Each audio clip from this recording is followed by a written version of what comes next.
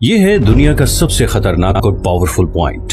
30 मील की इस छोटी सी जगह को कंट्रोल करने का मतलब है पूरी दुनिया पे राज करना, और इसे ब्लॉक करने का मतलब है पूरी दुनिया को तबाह कर देना। इस पॉइंट को कहते हैं स्ट्रेट ऑफ हॉर्मुज़। स्ट्रेट्स असल में समंदर के ऐसे पतले हिस्से को कहते हैं जो दो बड़े समंदरों को जोड़ने का काम करते हैं। अब ऐसी क्या खुसूसियत है इस 30 मील की छोटी सी जगह में जो इसे इतना पावरफुल और इम्पोर्टेंट बनाता है? हमारी जमीन के 70% हिस्से पर समंदर हैं और इन्हीं समंदरों के जरिए दुनिया की 80% ट्रेड होती है। किसी भी वक्त तकरीबन 50,000 समुद्री जहाज इन समंदरों को क्रॉस कर रहे होते हैं, लेकिन बदकिस्मती से इन समंदरों से गुजरना कोई आसान काम नहीं। कुदरती जोग्राफिया की वजह से इन समंदरों में ऐसे स्ट्रेट या चोक पॉइंट्स बने हुए हैं जो अगर किसी भी वजह से ब्लॉक हो जाएं तो पूरी दुनिया की इकोनॉमी हिल के रह जाएगी। यही हुआ था मार्च 2021 में, जब एक कार्गो शिप सुएज कनाल में 6 दिनों के लिए फंस गई थी और पूरी दुनिया को $10 बिलियन का नुकसान उठाना पड़ा।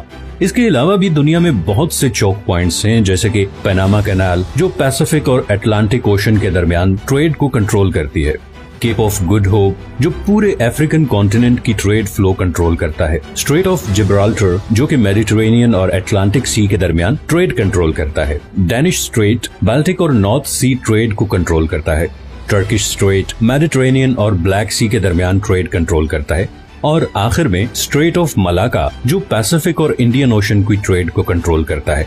लेकिन इनमें से कोई भी पॉइंट इतना डेंजरस और इम्पोर्टेंट नहीं जितना स्ट्रेट ऑफ हॉर्मुज़ है, और इसकी वजह यह है कि पर्शियन गल्फ और गल्फ ऑफ ओमान को कनेक्ट करने का ये वाहिद रास्ता है, और यहीं से सारे समुद्री जहाज निकल के पूरी दुनिया में जाते हैं। अब पर्शियन गल्फ बहुत इम्पोर्टेंट जगह है क्योंकि 8 कंट्रीज अपनी कोस्ट लाइन इसके साथ शेयर करते हैं, जिसमें ईरान, इराक, कुवैत, सऊदी अरब, बहरीन, कतर, यूएई और ओमान शामिल हैं। इनमें से 4 मुल्कों के लिए बाकी दुनिया से कनेक्ट करने का वाहिद रास्ता ही स्ट्रेट ऑफ हॉर्मुज़ है। अब अगर आप मिडल ईस्ट के बारे में थोड़ा बहुत जानते हैं तो ये आपको पता ही होगा कि मिडल ईस्ट की पहचान उसका तेल है। ये तेल आज भी हमारी दुनिया का सबसे बड़ा एनर्जी सोर्स है।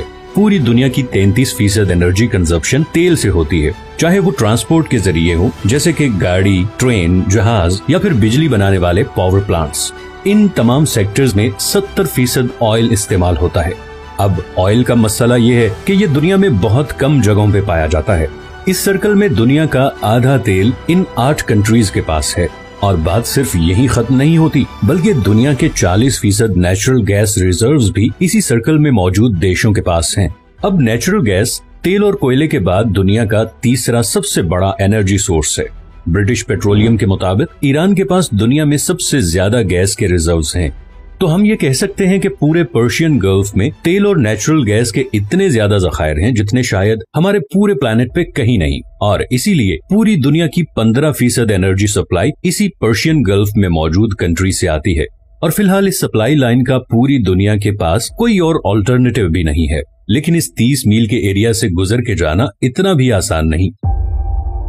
सबसे पहले यहाँ पे 8 ऐसे आइलैंड हैं जिन्हें हर समुद्री जहाज को अवॉइड करना पड़ता है, और ये 8 में से 7 आइलैंड ईरान के कंट्रोल में हैं। इन 3 आइलैंड्स को यूएई कंट्रोल करना चाहता था, मगर 1970 में ईरानियन मिलिट्री ने इन पर भी कब्जा कर लिया। इस सारे एरिया पे तकरीबन ईरान का ही कंट्रोल है। दूसरा, ये जो रेड हाईलाइटेड एरियाज आप देख रहे हैं, यहाँ पर समुंदर कम गहरा है और ऑयल टैंकर्स के लिए यहाँ से गुजरना तकरीबन नामुमकिन है। इतनी मुशक्कत के बाद पर्शियन गल्फ से निकलने वाला मेजॉरिटी तेल ईस्ट एशिया की तरफ जाता है, जिसमें से 76% तो सिर्फ 5 कंट्रीज के पास जाता है। सबसे पहले आता है चाइना। चाइना दुनिया की दूसरी सबसे बड़ी इकोनॉमी है और दुनिया में सबसे ज्यादा पेट्रोलियम इम्पोर्ट करने वाला मुल्क है। चाइना की टोटल पेट्रोलियम इंपोर्ट का तकरीबन 45% इसी स्ट्रेट ऑफ हॉर्मुज़ से गुजर के आता है। जापान दुनिया की तीसरी सबसे बड़ी इकोनॉमी है जिसे अपनी 100% एनर्जी इंपोर्ट करनी पड़ती है, और इस 100% इम्पोर्टेड एनर्जी सप्लाई में से तकरीबन 80% इसी 30 मील के चोक पॉइंट से गुजर के आती है।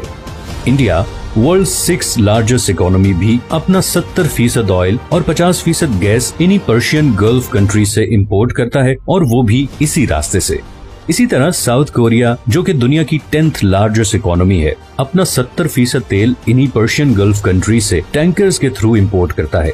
जो उसी 30 मील के स्ट्रेट ऑफ हॉर्मुज से गुजर के आते हैं। तो अगर ये 30 मील की छोटी सी जगह किसी भी वजह से लंबे अरसे के लिए ब्लॉक हो जाए तो दुनिया की दूसरी, तीसरी, छठी और 10वीं इकोनॉमीज बिल्कुल कोलैप्स कर जाएंगी। और इसी तरह पर्शियन गल्फ में मौजूद इन तमाम 8 कंट्रीज का सोर्स ऑफ रेवेन्यू भी खत्म हो जाएगा और एज अ रिजल्ट पूरी दुनिया में एक जबरदस्त इकोनॉमिक क्राइसिस आ जाएगा। इसीलिए ये जगह दुनिया का सबसे खतरनाक और इम्पोर्टेंट चोक पॉइंट है और इसीलिए दुनिया के सारे सुपर पावर कंट्रीज की इस पे कड़ी नजर होती है।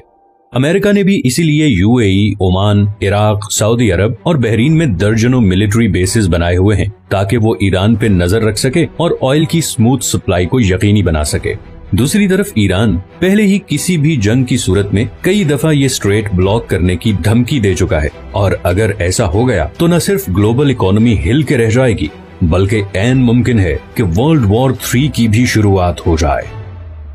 अगर आपको ये वीडियो पसंद आई है तो इसे लाइक और चैनल को सब्सक्राइब जरूर कर लें और अगर आपके पास कोई सजेशंस हैं तो कमेंट में जरूर बताएं। मैंने अभी बहुत से इंटरेस्टिंग टॉपिक्स पे वीडियोस बनानी है तो आपकी सपोर्ट बहुत जरूरी है। अपना ख्याल रखिएगा, मिलते हैं नेक्स्ट वीडियो में।